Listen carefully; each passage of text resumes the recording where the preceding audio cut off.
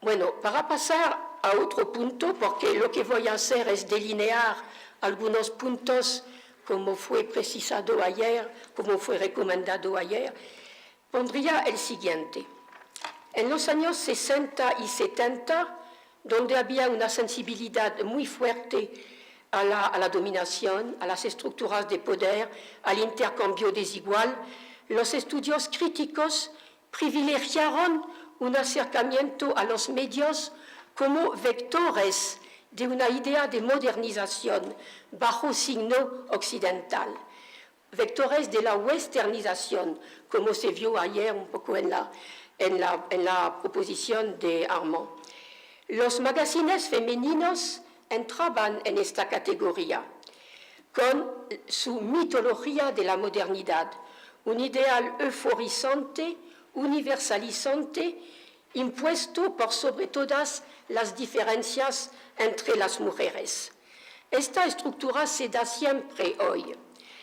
Se da siempre la difusión a partir de los países del centro y de las clases que a nivel local son compatibles con las capas dominantes de los países del centro. Se da la difusión de modelos de consumo, de modelos de vida, de aspiraciones, de una imagen de la mujer centrada sobre la moda, las innovaciones perpetuas de la moda y el universo del consumo.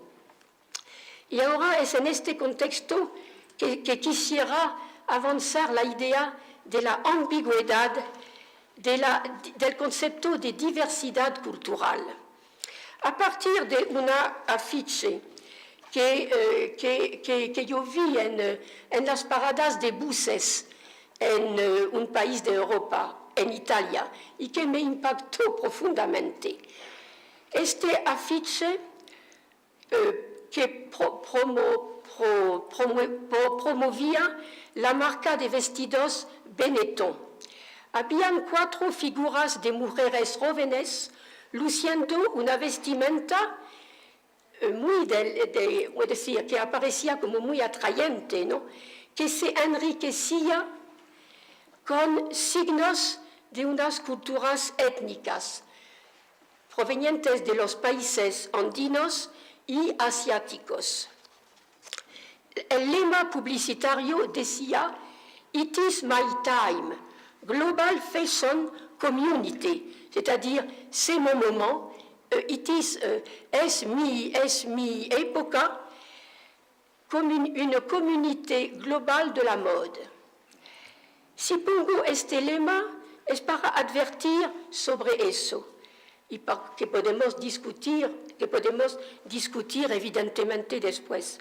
La afirmación de las culturas minoritarias, de culturas que no pertenecen, digamos, a la racionalización occidental, no debe ser confundida con la utilización que el capitalismo hace de la diferenciación de las culturas a la escala planetaria.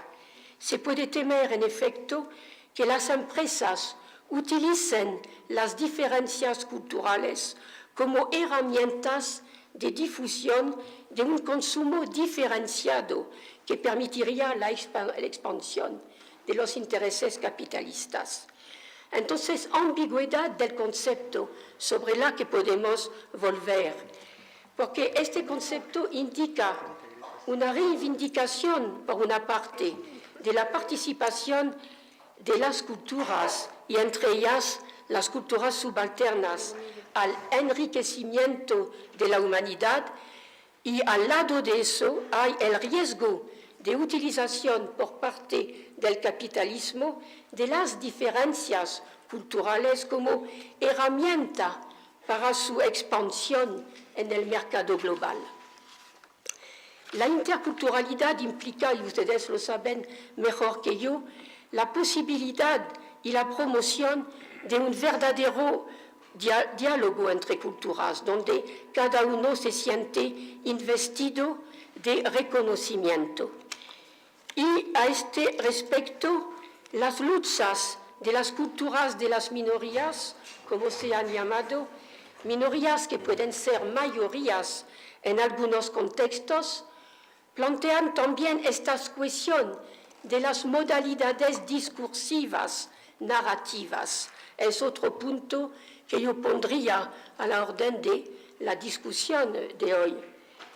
A este respecto, en relación a la comunicación, se plantea, por ejemplo, la cuestión de los ritmos, cada vez más acelerados en el universo de la tecnología de los medios, tiempos súper recortados y elípticos de las narraciones de los dispositivos televisuales, por ejemplo. ¿Cómo son apreciados estos ritmos a la hora de que las comunidades indígenas, por ejemplo, quieren representar sus, es decir, quieren expresar sus modalidades expresivas? Yo creo que hoy día, y es para entrar quizá es decir, fijar un poco más en forma digamos, nítida la posibilidad de los temas de discusión, hoy día se da al mismo tiempo que una mayor visibilidad de la mujer. Hay mujeres en el poder ya. Aquí en América Latina se lo ve muy nítidamente. Hay mujeres presidentes.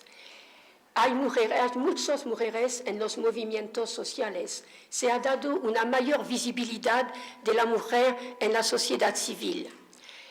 Y al mismo tiempo hay una creciente discriminación de género, una discriminación étnica, racial, una criminalización de las mujeres, sobre todo las mujeres migrantes, al unísono con los hombres migrantes. Yo no voy a hacer una discriminación entre hombres y mujeres migrantes, pero si el tema de hoy es sobre todo enfocado hacia la mujer, debo reconocer esta creciente discriminación de género, étnica, racial, criminalización de las mujeres migrantes, una migración forzada, consecuencia de reestructuración capitalista que entraña una creciente monopolización de la producción, de los servicios y del comercio globales. Entonces, además, bueno, voy quizá a hacer entrar aquí una observación que he hecho a nivel de los medios más del entorno internacional y notablemente en los países anglosajones. Se da una rearticulación discursiva de lo femenino y de la casa, es decir, una propuesta de regresión a la casa en nombre del post femenino.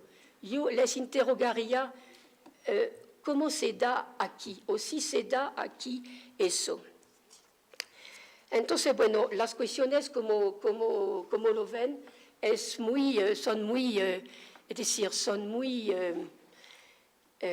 muy, digamos, numerosas, ¿no? En el debate público, por ejemplo, ¿qué importancia dan a la situación de las mujeres? ¿Qué particularidad tiene el ser ciudadana para las mujeres? ¿Cómo podrían las mujeres ciudadanas, conscientes y sujetos en vías de emancipación, contribuir a construir alternativas en la situación actual, en el contexto actual de crisis? Y para quedar más cerca al tema de la comunicación, las mujeres, punto de interrogación, pueden expresar su singularidad, su subjetividad, su modo de enfrentar los problemas de hoy en los aparatos de difusión aquí. Bueno, yo creo que me voy a quedar aquí y entonces les convoco sus preguntas. Excelente con la experiencia y que nos sirve también para nosotros en nuestro país.